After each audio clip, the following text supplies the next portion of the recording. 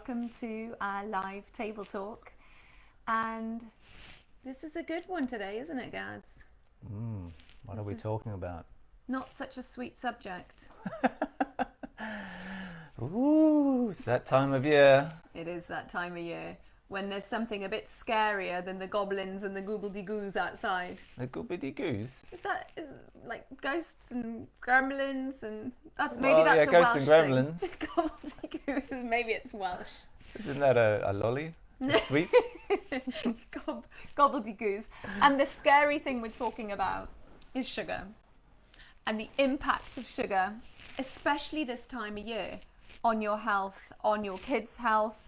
And what we want to really discuss and dissect today is how we can firstly understand the impact of sugar, the long-term impact, what it does to our health, how it depletes our health, how we have to have a certain mindset, but also what we can have as an alternative, how we can improve things like insulin sensitivity. You know, we've trained our bodies to be these amazing sugar burners, these chronic carb consumers, and a lot of people are still struggling with the residual effects of having 30 or 40 years of eating a high sugar diet under their belt.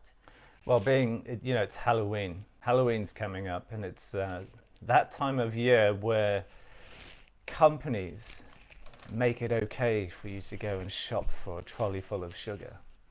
They make it fine. They give you the green card. It's the green light.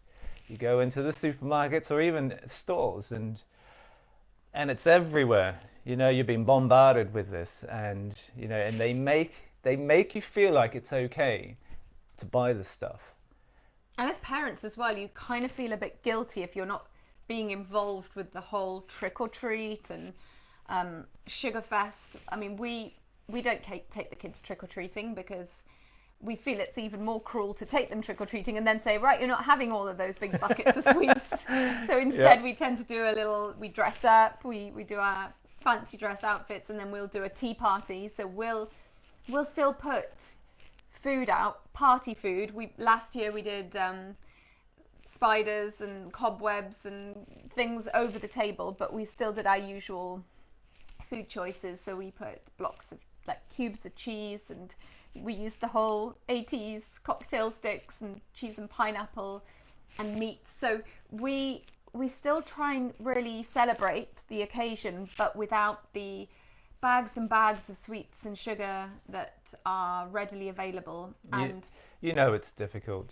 It isn't It easy. is so difficult. I mean, not only that, I mean, you're so used to doing it. This is a habit you've had for the last 30, 40 years. It's an old habit that is one that you've convinced yourself every year it's one to look forward to. Well, we want to please our kids, don't we? You want to see them No, delighted. I don't want You want to see them delighted at all these sweets and treats, but actually, what's really good for them to understand is the impact of those things on their body. And so finding better choices. We're doing some baking with the kids later this afternoon, and getting them involved in making healthier cakes and biscuits and even little gummies. A few years running now, I've made these Halloween gummies for the kids in spooky colors and using molds that you can get online, so that they still feel like they're having these interesting and Halloween celebratory products, but without all the added extras that you get in the very cheaply manufactured, highly addictive products in your mainstream stores. There are questions that Pauline and I are often asked, and that is, how do you get your kids to stop eating the way that they've been eating? How do you transition them over? And it's not instant. There's no one straight answer. They still want they still want the sugar. Our kids have been doing this for 3 years now, and Austin longer. And they still want the sugar. But the difference between ours and a lot of people's are when we do go to the supermarket, the kids know that they can't have or when they're with us, they know that they shouldn't and they can't, and so they only go for the was it the sugar free? What do they call the free from? They only go down the free from aisle, and they know not to ask for the sweets, and they just know, and that's after 3 years or 4 years of training of just not asking. So it's not an instant fix.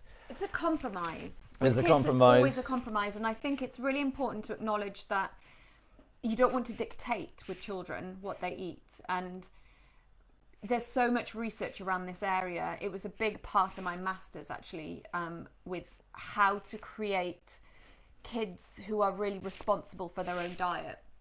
And there are some key factors that you want to introduce from quite an early age, and that's choice. Yeah. Always giving them a choice. So it's a really nice idea to put multiple things on the table and allow them to pick, you know, and mix it up. Put your blueberries with your meats, put your strawberries on the same.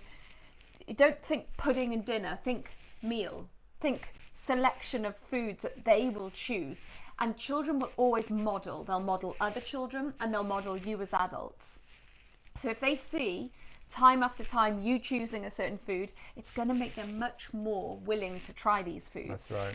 And also the other thing that the research interestingly told us was that children will often reject a food up to 12, 13, 14 times before they're willing to then accept it. So if a child's tried something 2 or 3 times and then they're saying, I don't like it, that's not a green card for you to then say, okay, they just don't like broccoli. Yeah. Keep introducing that food. I mean, I don't know what your kids are like, but they'll change their mind weekly as to what. Like the weather. Oh, this week I don't like crunchy kale. Last week you couldn't get enough of it. 4 seasons in a day. What was that documentary we watched? Maybe a year ago, and it was about that kid in America who had.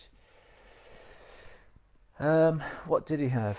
He had a condition, and he didn't talk until he was 4. Actually, they started filming when he was 4, and he hadn't spoken up to that point, and they put him on a sugar-free diet. He went on a ketogenic sugar-free diet. Was it 2 months? And that they were feeding him, and so back to your point of 16, 18 times of trying something.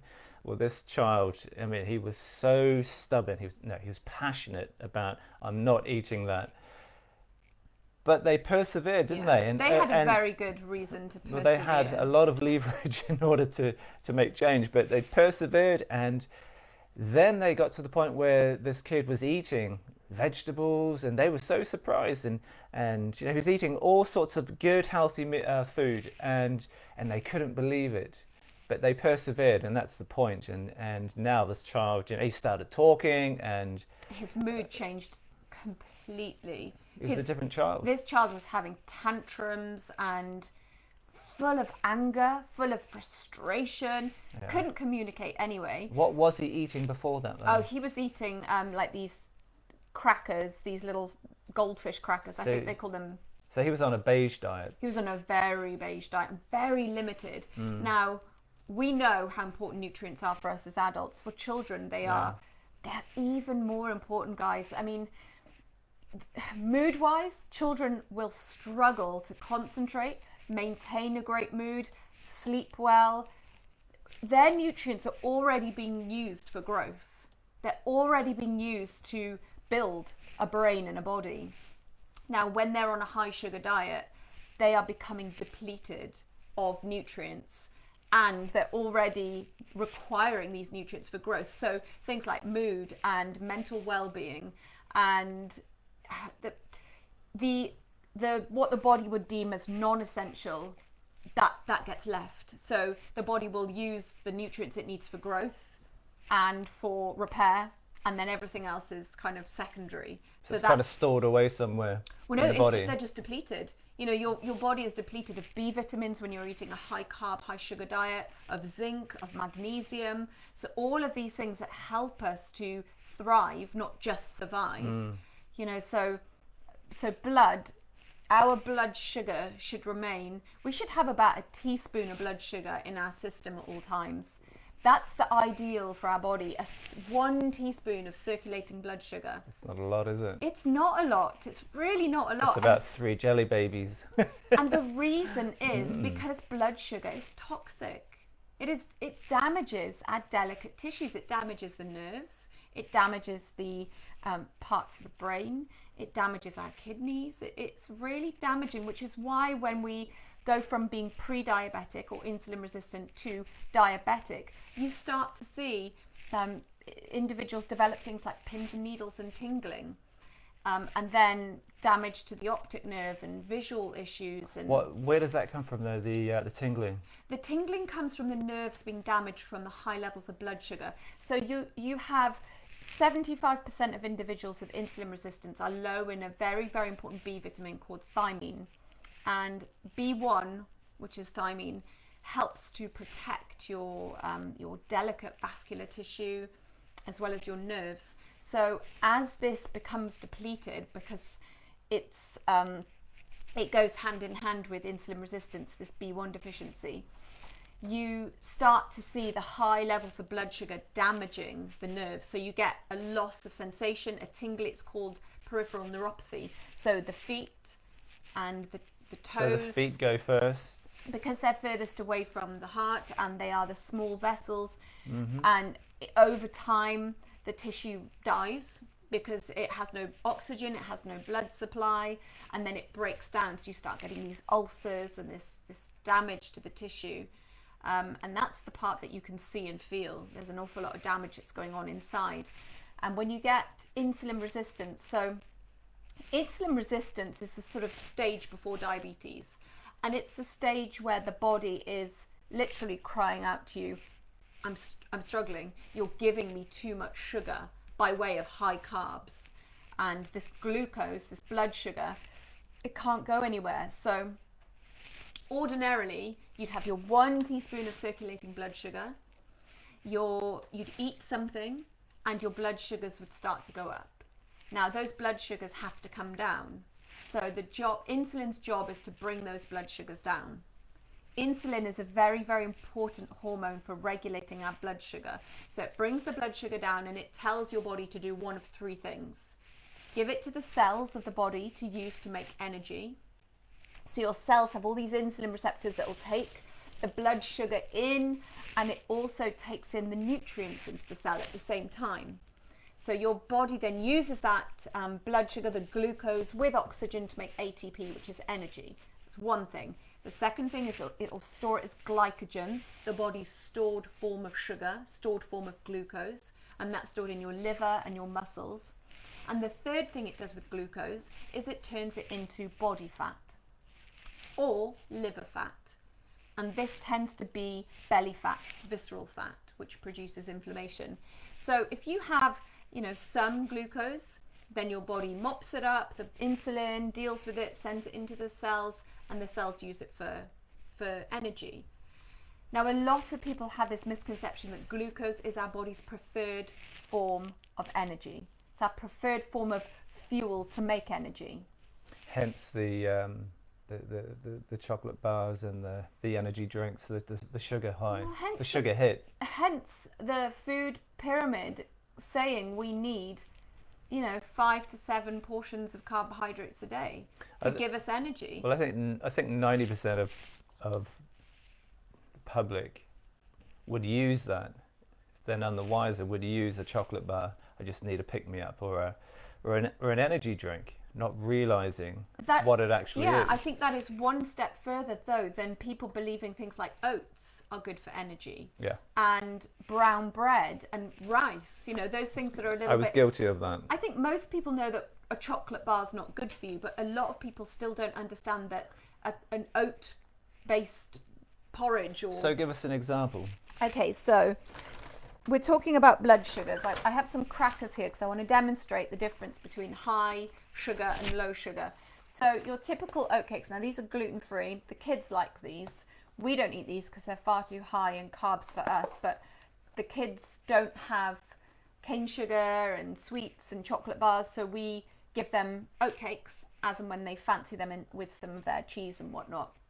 So for 100 grams of oat cakes, these would have 52 grams of sugar or carbohydrates. So that's 52 grams. So this box is 213 grams in weight. 100 grams of this product is going to give you 52 grams of carbohydrates, which breaks down into glucose. That is sugar. So it's quite high in carbs. That is high in carbs. Yeah. You know, it's still a healthier choice than brown bread made out of wheat and gluten, but it's for someone who's very concerned about improving their blood sugar sensitivity, and really, in my opinion, any adult who's looking to lower their carbs, improve their insulin, improve their blood sugars, this wouldn't be a good choice. So 52 grams of carbs. Now this one, for 100 grams of carbs, now this cracker is made from pumpkin, flax, sunflower seed, pumpkin seed, sea salt and herbs. And there's another one which is made from almonds, and that's even lower in carbs. But this one is 14 grams of carbs per 100 grams. And the main reason is it doesn't have grain in it. Yeah. Doesn't have the oats. And that's what's spiking your blood sugar. Pumpkin is still a relatively carby vegetable, and yet it's still 14 grams of carbs per 100 grams. So you want to really start to understand where sugar comes from. Yes, the chocolate bars, yes, the energy drinks, but we also have to look at the carbs being sugar too, particularly for us as adults. Now, talking about sugar as adults, if you've had breakfast cereals or toasts and baguettes and crisps or carby foods for years, you know, your body is going to have a degree of insulin resistance. It's not going to be as sensitive to ushering that blood glucose into your cells as it would have been if you'd had a low carb diet for the last, say, 5 or 6 years. So we're training our body to go from being sugar burners to fat burners, and this takes time. You know, it takes time for the body to adapt. It takes time for the insulin levels to start to go down, because the blood sugar, the higher blood sugar which is present when your cells aren't mopping up the blood sugar, will stimulate your body to keep producing insulin. Those higher levels of insulin will block fat burning. They will stop you burning fat. So even though you think you're doing the right thing, well, you could be doing the right thing. You could be on a low carb diet for 6 months, but you're still not losing weight, or you're still struggling with visceral fat, or you're struggling to, you know, like, I'm low carb now. I'm on 25 grams of carbs a day. Why am I not losing weight? It's almost certainly your blood sugars and your insulin sensitivity. In the presence of higher levels of insulin, your body will not burn fat. so how do you bring your insulin down? Insulin sensitivity, it takes time, but there are some key factors to improving our insulin and improving our fat burning ability. And one of the most important things is snacking. What you eat, when you eat. So addressing when you eat. If you're eating regularly, but you're eating low carb, let's say you're eating, I don't know, nuts, low carb nuts at 11 o'clock, then you're having lunch, then you're having a snack at 2:30, and you're having another little nibble on something at your desk at 4 o'clock, then you're having your dinner at 6. If you're snacking throughout the day, it's going to stimulate your insulin, even if you're having a low carb approach. Even if you're trying to keep your carbs really low, that continuous snacking is blocking your fat burning. Wow. Because you're not accessing your own body fat. Wow. We have to reduce insulin and improve insulin sensitivity. Insulin sensitivity is your cell's abilities to access glucose and pull it out the blood, so that your insulin goes down, and then your body's like, okay, now I'm turning to my fat to burn fuel. Gosh, again, you know, that's for a lot of people, that's 20, 30, 40, 50 years of Programmed. Of bad habits, of eating a certain way, because you grow up slowly, don't you? When I was a teenager, I think when they started talking about you should be eating 3 solid meals a day, and in between you should be snacking. Eat regular and often. Eat regular, and the reason for that was to Keep your blood keep sugars your metabolism level. keep your metabolism burning. Oh my gosh, who came up with that? I don't know, but it's not based on any science. I wonder if cavemen had the same. Well, they wouldn't approach. have, because if you think about it, we're designed to go periods of time without eating. We store our fuel. We're walking fridges. For those of you who've read Primal Living in a Modern World, you'll know what I'm talking about here. We carry our food reserves around with us in a very, very smart way, stored on our body. We have about, well, anything from 50,000 to 150,000, for some people more, calories worth of stored fat on our body. Clean sources of fuel stored in our body. Now we have about 2,000 calories worth of glycogen stored on the body. 2,000. Not a lot, actually. So if you think about it, if that 2,000 calories was used up within, I don't know, a day and a half of not eating, you would then start to essentially starve. You don't have any more calories after that 2,000. However, we have this amazing reserve of fuel stored on us in the form of body fat. And our body can, when you're a fat burner, when you don't have insulin blocking your body's ability to use this fat, your hunger levels stop being up and down. Yeah. You access this fat. And the amazing thing is, guys, when you're doing intermittent fasting, you access the fat that is stored in your liver, the belly fat, that bad fat, the visceral fat, the fat that produces the most inflammation in the body. Visceral fat goes first. It starts to burn this fat that we want to rid ourselves of. And that's why it's always a good idea to not just visually look at yourself and think, am I losing weight? You want to lose the fat from the liver. You don't see that fat shrinking. You do start to see your body shape changing after a while. But that is the fat, the circulating blood fats, the visceral fat, the liver fat. That's the fat we want to get rid of first. Then the body... So that fat that's an internal fat that causes your trunk to change shape. To change shape, to expand outwards. It's the dangerous kind of fat. It's the inflammatory fat. And you notice it happens to most people once they hit their 30s. On average, you start to see people losing their shape. Yeah, it's a sign of this total mismatch in our metabolic hormones. We are living in a food environment that's really at odds to how we should be living. Yeah. We eat so regularly. If you go back 30 years, I know when I grew up as a child, it was breakfast, lunch, dinner, that's it. There was no snacking. And prior to my generation, it would have been probably even more extreme. You have your breakfast, then you have lunch and dinner, and they're relatively portionate sized meals. And that's it. And you're working and you're moving and you're very active in between those things. So we now eat so much more and so much more regularly. And that's why I was saying snacking will scupper your plans to improve your blood sugar levels, your insulin sensitivity and your insulin resistance. Insulin sensitivity and insulin resistance are the same thing. It's how resistant you are at the cellular level or how sensitive you are. It's the same thing. So snacking will scupper that. We want to eat, stop eating, eat. Now, some people will have a fat coffee in the morning.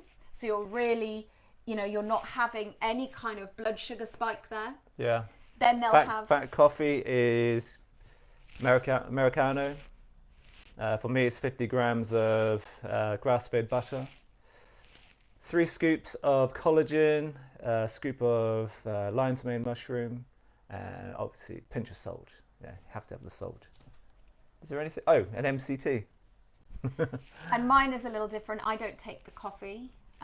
So I have the premix of cinnamon, ginger, and turmeric mix. I add cacao powder. I also add mushrooms. I add chaga and cordyceps to mine, and collagen. Mine's actually a decaf as well. Yeah. And it's a good decaf. It's a Swiss water, so there's no solvents or toxicity in that coffee. But that doesn't. So we fast actually. So so I do an 18 and 6, sometimes a 20 and 4. And those figures mean, for those who aren't familiar with fasting? 18 hours of no eating, and then in that 6 hour period. For example, I think, what do we have? A snack last night at about. Well, a snack being a meal, I don't want people to think that a snack is different. That snack that Gaz is referring to is what we eat. So It's a bowl of koyo with raspberries or dark berries. blackberries, yeah. And that's at about 6 o'clock. That's about 6. So I've had a fat coffee this morning, so I won't eat until 1, maybe 2 o'clock, whenever today. And that's the main meal of the day, lunch. Yes. So come sort of 5 or 6 o'clock, it might be a bone broth. It might be a bone broth with cauli rice to make a risotto. It might be some koyo with some dark berries and some nut butter. So our snacking in between would be a small bar of dark chocolate, 100% dark chocolate.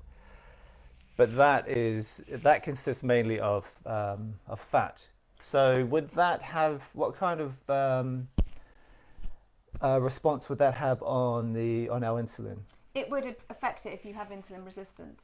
So we don't do any snacking between 5/6 o'clock until lunch the next day. Yeah. No snacking.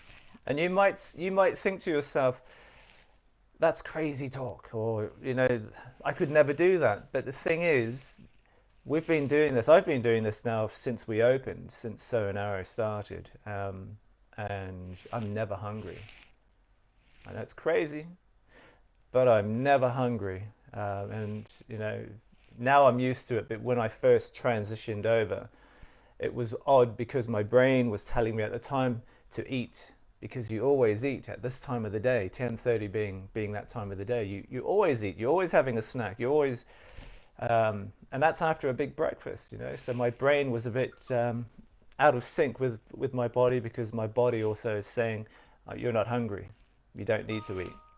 And I know a lot of you would have gone through this, and and it's quite a light bulb moment, I think. It really starts to convince you of, okay, so 3 meals a day and 2 snacks in between those meals is no longer, that's no longer on the agenda.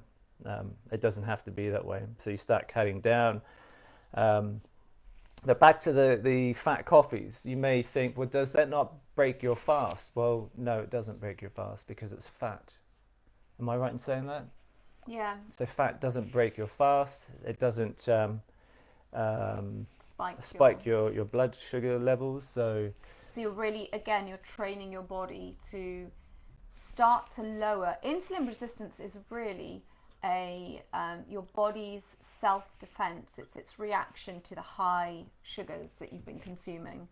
And now you have to give your body time to transition back to using the metabolic tools that it has as a dual fuel burner. The idea and the ideal really is to become metabolically flexible. In other words, you can use the fat on your plate, the fat on your body, glucose if you have any carbs, it mops it up easily and readily, and your blood sugars are beautifully stable and your insulin levels remain low. Now, as I said, it takes time to become that way adapted. It can take, the amazing thing about being a fat burner is this adaptation. Even a year later, your cells at a cellular level will be producing more mitochondria. So you become this really efficient, effective machine at producing energy, clean energy. It's much less aging and damaging and inflammatory to the body because there are less free radicals when you're burning fat for fuel. So we want to be reducing snacking. Now, my on-bar, which I know there's a lot of you out there who know my love for on-bar, I will always try and eat my on-bar at lunchtime. I will have my main meal, then I'll eat my on-bar, and then I will really, that's it, nothing now until either bone broth risotto or koyo at about 5:30. I'm deliberately doing that so that my meals are more, there's a window for eating, then that window's closed. So that's back to the 18.6, 18 hours of nothing. And there's a reason. Water, drinking, obviously, but no food. Yeah. And that reason is really to improve insulin sensitivity, because the other thing that spikes our insulin is stress. So, when you reduce stress, it's really important. When you think about insulin resistance, you want to think about the impact of other things in your life. And the other things being, so what you eat, when you eat, so lowering your carbs, reducing the window of when you're eating and reducing snacking, then stress. It's a big habit to break. What, the stress? Or? Well, the eating window, because most people probably eat it over a 12-hour period of any given day. Yeah. So breakfast up right up to dinner, and then snacks. Yeah. That's a massive change to make. But you can start by just changing your breakfast. Do two things: change the breakfast and stop eating at 6 o'clock. Two massively beneficial things to do. You do realize that's a massive ask for a lot of people. No, come on, guys. It's such a big. I mean, a lot of. You talk to anybody about this, and they instantly do this. They have the same reaction, and that is, I couldn't do that. I did that. I couldn't do that. I know it's a big ask, but it's up to this point, the way people are living, because we are now in a period of time where obesity is rife. Obesity is massive, and so the way people have been living, it doesn't work. You don't have to be told anymore. I mean, it does not work. I read a few weeks ago, when it comes to sugar diabetes, and this is really simplifying it. In my own mind, this is how I simplified it. So I read that, like you spoke about, we should only have a teaspoon of blood sugar circulating. Well, I read that your body can only hold so much sugar. So imagine a cup. Let's imagine Pauline's cup. And this represents the amount of sugar that your body can hold. When it fills, imagine filling that to the top, and then all the sugar just starts to spill out everywhere. Well, that sugar still needs to go somewhere. And so I read that that's why. Well, you're now at diabetes stage. So that's why when you're at diabetes stage, you start having a shot of insulin. And that insulin comes in, and it's like a broom and shovel, and it comes in and it cleans up all of that spillage, and it spreads it throughout your whole body. It tucks it away. It literally lifts up the mat and it sweeps it under the mat. Then the next day, you take the same thing happens. So you take your shot of insulin and you have to mop it up, but it has to go somewhere in your body. And so the important part of this is, I read that after years of doing that, like Pauline pointed out earlier on, you start to get nerve damage because you still have this poison in you. It's the sugar, and the sugar literally does start to rot you from the inside, and it starts to kill you. But all the time you're taking in sugar and you're sweeping it up, but you're still depositing it. It has to go somewhere, and that's the issue with. Am I right in saying this? So this is what I can remember of sugar diabetes. So there has to be another way. And so this article I read was, I think it was Dr. Jason Fung, and he was talking about, that's not the right way to live. You just can't sustain that. I mean, you have a look at the history of sugar diabetes, and most people end up the same. They end up with a foot chopped off, or their legs chopped off, or their hands, I mean, because they're the furthest part from your heart. Your heart has trouble pumping blood to these points. You start chopping them off. And other things as well. I mean, it leads to, I mean, what other diseases? Heart disease and Kidney damage, kidney erectile damage, dysfunction, erectile depression, dysfunction. anxiety. It leads to Alzheimer's, which has been dubbed type 3 diabetes because of the damage that this blood sugar does to your brain and certain parts of your brain, your memory, your spatial awareness. I mean, it is imperative that we understand the impact of the effects of high blood sugar, and as I was kind of mentioning earlier, our diet is not the only source of sugar. It is also stress, because when we are in a state of fight or flight or stress, the body wants to free up blood sugar. It thinks we need this energy, instant energy all the time, and so it breaks you down to produce blood sugar. So it will break down muscle. It can very cleverly convert muscle into glucose. But even if you're not eating sugar, your body will find a way when you're stressed to break down your body to provide sugar, and you have this high blood sugar, high insulin level in the body, which then blocks, all the benefits of not having that insulin present, and it will lead to belly fat through stress, even if you're not eating badly. It leads to adrenal fatigue, it leads to depression, anxiety, loss of lean muscle mass, and inflammation. And so these key points that we want to be addressing when it comes to reducing blood sugars and improving insulin sensitivity are what you eat and when you eat, stress, so managing stress, sleep. Sleep is so key to managing our stress, but also to reducing cortisol, our stress hormone, and improving our homeostasis, the balance of all the hormones in the body. Restoring your mitochondria. Yeah, autophagy, so cleaning up the damaged cells and allowing your body to replenish. It's like doing your housework at night. Your body does all that housework whilst you're asleep.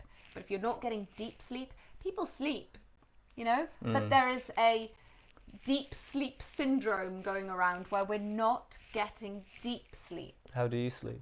Oh my gosh, deeply. But you should wake up feeling restored. You should wake up feeling like, wow, is it morning already? Because you've just slept so deeply. And you wake up feeling that way. I do, yeah. Yeah. But there are some key things to help with that. So I've highlighted some key points today about improving blood sugar sensitivity, which are what you eat and when you eat. Now, there are certain nutrients that are going to help our blood sugar sensitivity, being chromium. Think of chromium as insulin's little helper. So when your blood sugars are up, chromium will come along and sweep blood sugar in with insulin into the cells. It's resensitizing, it's helping the blood sugars come down and resensitizing. Now, you want to be doing this by also reducing your sugars and reducing your snacking, but chromium is going to help that process too. Can you get a chromium supplement? You can. Chromium you're going to find in things like broccoli and beef, but there are also you have one. products. I have one to hand. I'm already prepared. Chromium complex. Now, this has cinnamon undoubtedly in it. Let me just have a quick read. I'm making the assumption, but most of these do. Zinc, ALA, chromium, alpha-alpha, spirulina, bilberry. So this one actually is a zinc. It has a zinc complex in it, which is really good for, blood sugars, sugar sensitivity, as well as chromium. Now, the other one I would also recommend is the other either food or supplement is cinnamon, Ceylon cinnamon. And you can add that as a natural sweetener. Add it to your coffee, add it to your fat drink. It helps to reduce blood sugar spikes. It's a very good blood regulating So it's a bit like ACV. Yes. Does the same job? Well, Similar? exactly. Apple cider vinegar, as Gaz is referring to, is very, very good at reducing blood sugar spikes. Take it immediately after a meal, take it just before. It's going to help acidify your stomach. There is a great deal of research around apple cider vinegar's ability to stop blood sugar spikes. I take a shot of that I mean, it's so potent. After every time I eat, I take a good swig of that. Well, apple cider vinegar is excellent for your liver. It's excellent for blood sugars. And as I said, it's very good for acidifying the stomach, which is very important for absorbing nutrients. Now, we've also spoken about sleep. Now, another mineral that is crucial for sleep is magnesium. Magnesium will help stabilize your blood sugars. Magnesium is very important for blood sugar stability, for reducing blood clots, for blood pressure, relaxing the muscles, relaxing the nervous system.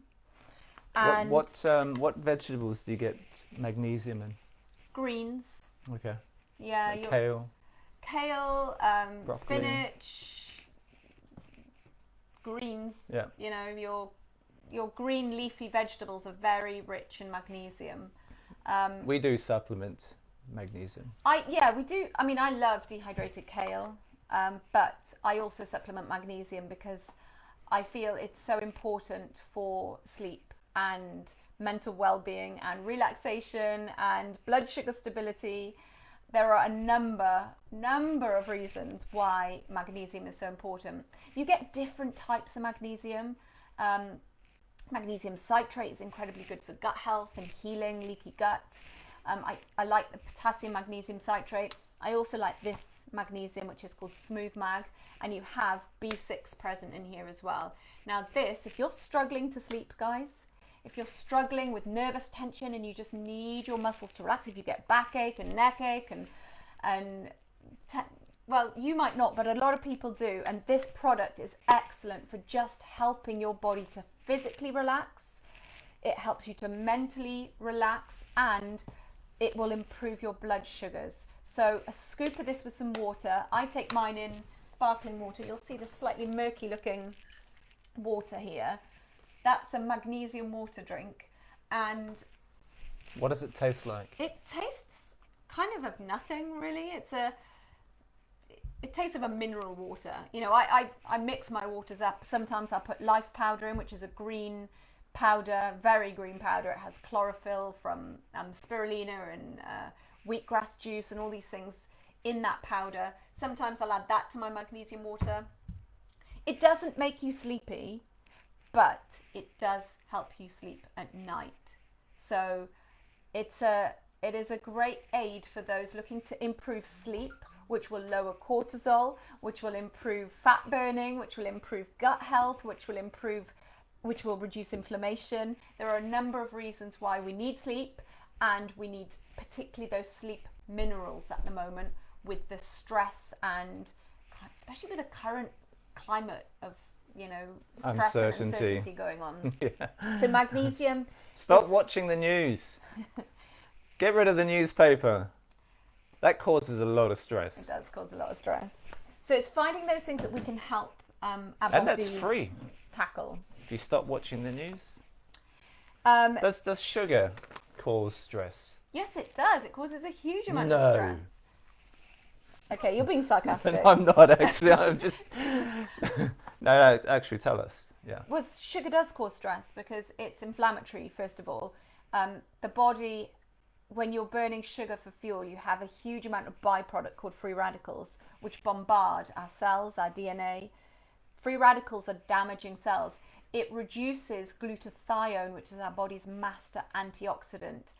And another side note for magnesium is it helps build glutathione. So if you're looking to improve your glutathione levels, your body's master antioxidant, which is very anti-aging and very protective, then again, magnesium helps to build that.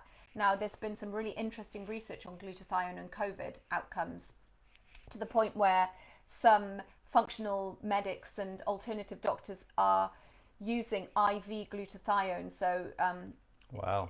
Glutathione directly straight in, supplemented into the body to help combat inflammation from COVID. So we want to build up as much as we can our own natural reserves of our master antioxidant glutathione, which is present in the very metabolically active organs of the body, the brain, the liver, the muscles. And for glutathione, your body needs selenium, so you'll get that in Brazil nuts and mushrooms. It needs sulfur, cruciferous vegetables, garlic, onions, leeks. It needs amino acids, it needs B vitamins, and it needs magnesium to create your glutathione. So building up those reserves is very important.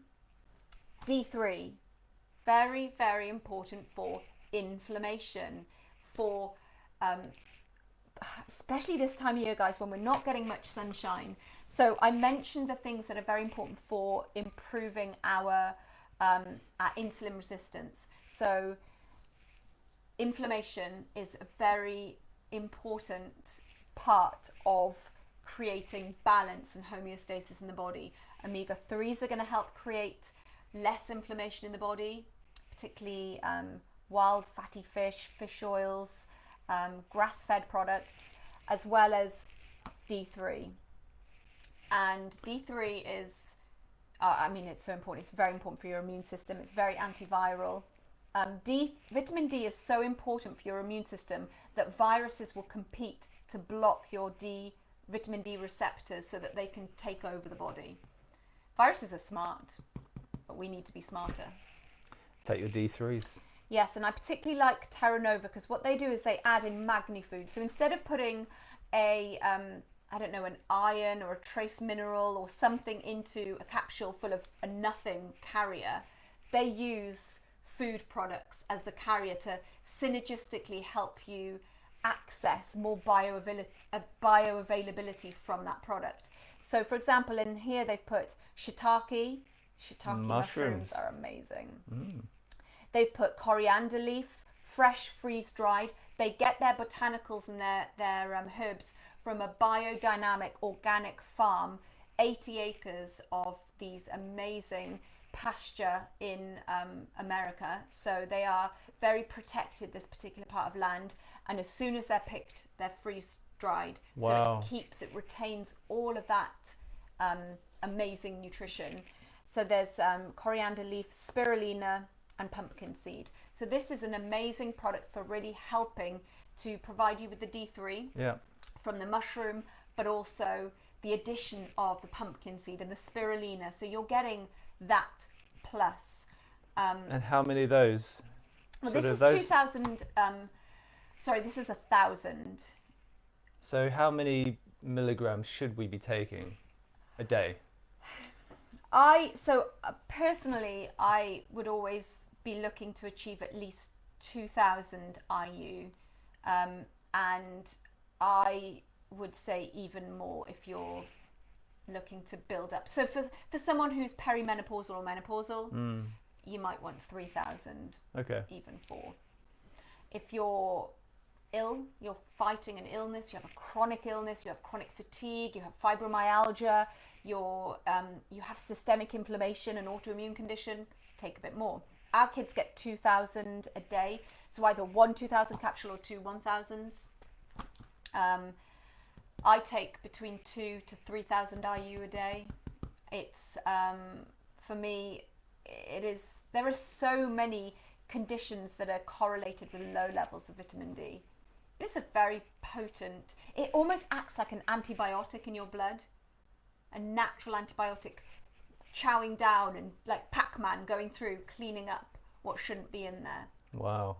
And it's been linked with skin conditions like psoriasis.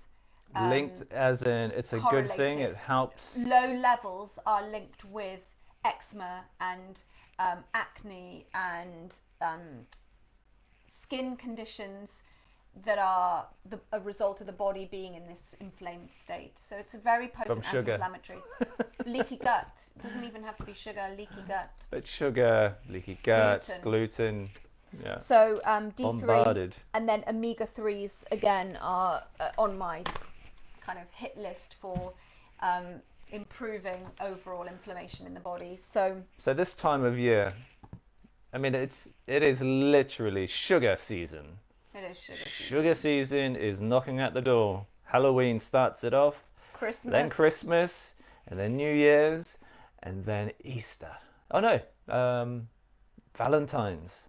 Well, we have that period in January, Easter. But I think it's so much better to approach Christmas by thinking, what can I swap this for that? So your cheese boards, go for the almond crackers for your cheese boards instead of, you know, the carby crackers. Instead of Doritos and Pringles, go for Do you know how I transitioned over to not necessarily this one, but the a almond similar ones. product. Yeah. Wasn't really my thing when I first started, but then I thought, okay, I have to see it as it's not a meal. The cracker itself is not a meal, and it should be seen as a carrier. And so you're really eating what you're putting on it, you know, And getting the texture avocados and you know, cheese and avocado salamis mayo and yeah. So yeah, you're just getting the texture from it, and so that really it changed my perception on crackers, because companies really do dress up crackers to make it a meal And or to make them it healthy seem as like a well. meal and make it seem healthy. You know, But you have to be smart, and you really do. You must take care of your body yourself. Don't rely on these guys to tell you. and not just that, it's looking at food and thinking, well, there are delicious options out there. Yeah. What can I swap this for that? What can I still want chocolate at Christmas. I still want, you know, my delicious Mince TV pies. snacks, and I want to enjoy, you know, sitting in front of the TV and putting these things together and creating something that's really unctuous and flavoursome and delicious, but not going to have detrimental impacts on my blood sugar and my health and my mental well-being and my weight and my visceral fat. So it's finding those things that are still delicious, but it takes that shift. It takes, okay, I currently love Cadbury's caramel chocolate. I'm going to shift from that to a 73% chocolate, and I'm going to take half a bar instead of the whole bar and mix it in with some activated nuts or some seeds and nuts. The 73% chocolate that we have is not far off of milk chocolate. It is so close to being like milk chocolate. It's a great way to transition over to going 100%. We only eat 100% now, and the 100% is it's incredible. I never thought I'd say that, actually. No. Never thought I'd say Your that. palate changes an awful lot over time when you do this. Yeah. And we are always looking for new innovative products. And guys, you know, I know a lot of you know this already, but when you buy quality products that are made differently, grain is cheap as chips. Wheat costs nothing to produce. It is so cheap. Linseed and psyllium husk and almond flour, these are expensive ingredients, but you eat less of them, and the long-term impact on your health is so much better. So when you see your box of crackers for £3.50 versus your 89p crackers in the supermarket, see it as, well, that box of crackers is my crackers for the next week or for the next 4 days. You end up having less in your cupboard and fridge, but more quality. And you just enjoy. I see all these things that I put in my body as self-care. I enjoy them for what they are. I really appreciate these food products because A, I love the taste of them, and B, I just see what's gone into them as nourishing me. They're building me. They're creating a long-term future of health for me, for Gaz, for the kids, because they're adding to my health. They're not taking away. And an analogy I'd really like us to finish on is think of your body like a bank. Okay, so you can either add to your bank all the time, investing in your health with the right nutrients, the right food products, the right supplements, sleep, meditation, relaxation, joy, laughter, love, connection, great relationships, all these things that are adding to your health bank all the time. Then on the other side, you have the things that are depleting your bank. Lack of sleep, sugar, alcohol, poor food choices, stress, things that are going to deplete you of those health deposits. Now, if you're having alcohol or a late night or some not so great food, think of that deposit, that reduction from your bank as needing an extra deposit. So if you're having a late night, you're staying up all night or you're drinking alcohol, think, right, what can I add to my bank to help my body cope with that? It needs more glutathione. I'm going to take thistle. I'm taking milk thistle. I'm taking more omega-3s. I'm taking some of my magnesium. You know, add to your bank add to your health bank so that those deposits, those taking away from your bank over time don't end up with you just becoming chronically unwell? Here's a good question. A lot of people might ask, why don't I just take all those supplements you've just said and then carry on the way I'm going? Because it's like robbing your body of something and trying to, you can't out supplement a bad diet. You just can't. And when I'm talking about deposits and removals from your bank, they can't be linear. You know, you can't fix a bad diet with supplements.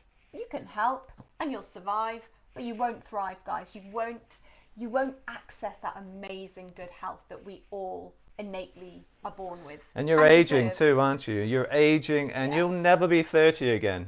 No matter how much you want to pretend and buy new lips and new cheeks and new whatever, you know, you will never be 30 again.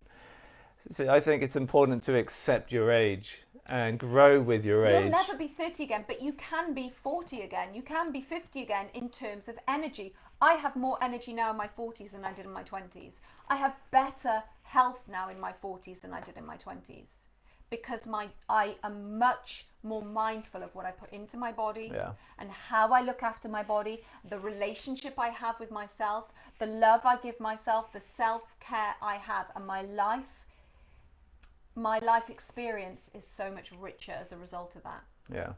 I just see a question we have there from Dave. When you talk about time-restricted eating and fasting to take you to the next level of fat burning, can fasting too often slow your metabolism? No. So fasting too often won't slow your metabolism. Fasting for long periods of time, for 5, 6, 7 days, will eventually slow your metabolism. But if you're eating plenty of calories during that time-restricted window, then you will not slow your metabolism.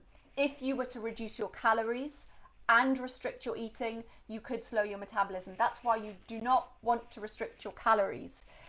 A restricted calorie diet ends up with you becoming hungry, slowing your metabolism, and then when you start eating normally again, you start eating your carbs again, your bread, because you can't sustain this low calorie diet, you end up adding more weight. And all of the research based around the different types of diets shows us how restricted calories end up with people generally putting on more weight in the long run. Thank you, Ed, for a great, sorry, I can't quite see what it says further down. If there's, a great reminder. I've been doing this since February. I've done well, but stumble sometimes. It's great to have reminders and guidance from you. I'll pop by later for a fat coffee.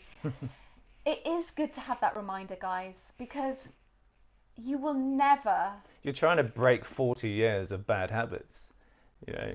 And if you're surrounded by people, i.e. your best friends, your family, and they aren't changing, you're the only one who's popping your head up and you want to change, but no one else is doing it. They're all going to pull you back in. Some way or another, they're all going to. It's just the way it works. Yeah. You have to find yourself, you have to surround yourself with like-minded people in order to really achieve this change. You will never, ever regret spending money investing on your health. No. You're never going to get to 75 and think, damn, I wish I hadn't invested so much in my health. You're not going to do it. Damn it, I feel so healthy. I'm so pleased you will never regret having that health at even 60, 70, where your eyesight's great, your joints are still healthy and mobile, your faculties are still in place, you have a great memory and mental well-being. Nothing is more important than looking after your health. Guys, we're coming up to our 60 minutes, so we're going to have to cut off there. Thank you for spending the morning with us. Hold on. Thank you. You forced my decision to increase my magnesium intake. Hopefully we'll avoid having to buy lips. Guys, just as a very quick note, we are doing a deal on our book today where if you go to the website and add in the code sugar-free, was the one you added, Gaz? Sugar-free. Sugar-free, you will get the book at 1995. It's a Yes. special offer for you guys who watch our table talk. So we have to go. Guys, lovely to see you today, and we will see you for live keto cookery on Friday. Bye.